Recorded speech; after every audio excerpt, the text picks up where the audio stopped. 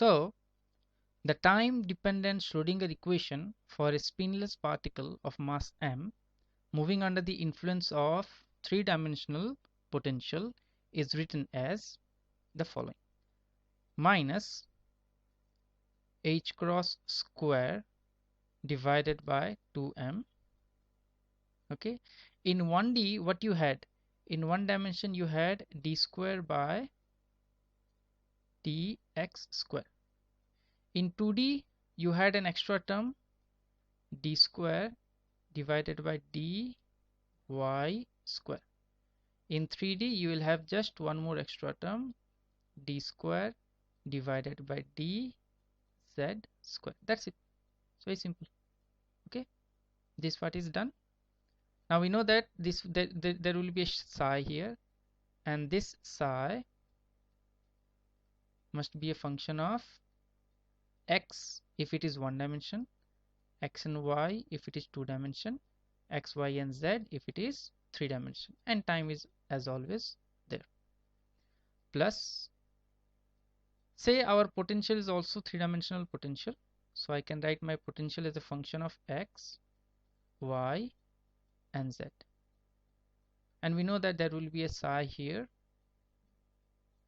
so let me write the psi x, y, z, t. Okay, so the left hand side has been formed. What is in the right hand side? In the right hand side we have minus I, we have I h cross into time derivative of psi, but our psi here is three dimension, so it's a function of x, y, z and ft. This can be simplified, looks big, it can be simplified as this: minus h cross square divided by 2m, and instead of this we have a Laplacian del square psi. So remember, psi is a function of x, y, z, so I'm not repeating it again, into v psi equals I h cross del psi by del t. So the moment you see a Laplacian here, this is quite clear that psi must be a function of x, y and z. It means we are looking at a 3D Schrodinger equation and t. Now remember when we can separate the time and space, okay, in stationary states. So you remembered when we were discussing stationary states, the actual psi was a function of x, y, z and t, and only for stationary state the space part and the time part will be separated. So the space part will be here and there will be a time part f of t. What was f of t? E to the power minus e by h cross e by h t, something like that. So go to the stationary state lecture series and find what f of t is. We already discussed. Okay, so in this case what happens? The equation simplifies. The equation simplifies to minus h cross square divided by 2m into del square. Now we are only use psi, which is a function of x, y and z, not t anymore, because for stationary state cases where the potential is independent of time, the space part and the time part of the wave function separated and the time part gets cancelled in the entire equation. So we are left with only this. Now as I said, potential is independent of time, so I will write v of x, y and z. Now there will be psi. This psi will be a function of only x, y and z, and on the other hand we will have e psi. Why e psi? Because I told you in the case of stationary states the energy is independent of time. Now this equation is still difficult to solve. It's very difficult to solve.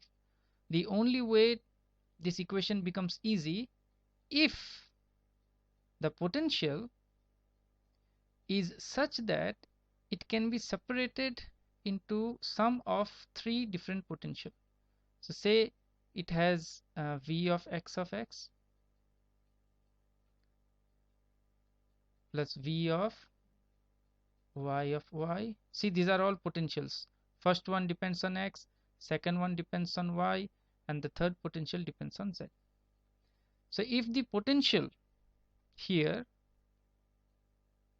gets separated into sum of 3, and if we substitute it here, then we can have three different equation, and psi, which is a function of x, y, and z, can also be written as product of 3. So this is nothing but the variable separable method. We have already discussed variable separable method in great detail. We already discussed this in the wave and oscillation chapter. So this is a common technique to solve such kind of problems. So if these two things are taken into consideration, that V is separated as sum of three different potential, and psi can be written as product of three different functions, each depending on x, y, and z, then what happens? Then the entire complicated Schrodinger equation, I mean this Schrodinger equation, it drops down to a very easy sum of three equations. The first equation will be minus h cross square divided by 2m 1 by x d square x divided by d small x square. So I'm writing capital X as like this and the small x as like this, okay, plus v of x, so this is also small x, okay.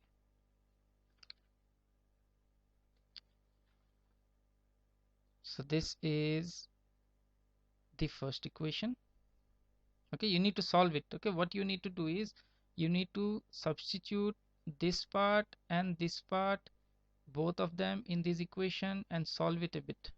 Then you get that the big equation turns out to be sum of three equations. One is for x, another turns out to be for y, h cross square divided by 2m 1 by capital Y d square capital Y divided by d small y square plus potential, which is a function of small y, okay. This is the second, and the third equation is minus h cross square divided by 2m 1 by z capital Z d square capital Z by dz square plus v depending on small z equals E.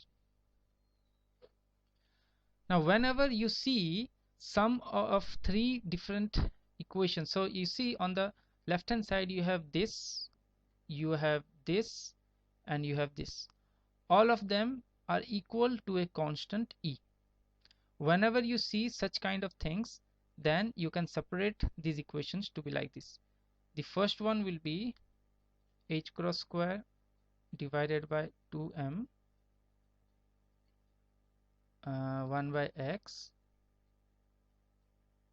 d square x divided by d small x square plus v of x equals to E of x. So what is E? E is the total energy, and since three equations are equal to this total energy, the E can be separated into Ex plus Ey plus Ez. So when the first equation is equal to Ex, then it looks like this. It looks just like 1D Schrodinger equation. See, I'm writing it. D square x divided by d small x square. Remember, this is the x part of the Schrodinger equation, okay, plus v of x multiplied with capital X is equal to E energy in the x direction into capital X. You see, this just looks like a Schrodinger equation that we already know.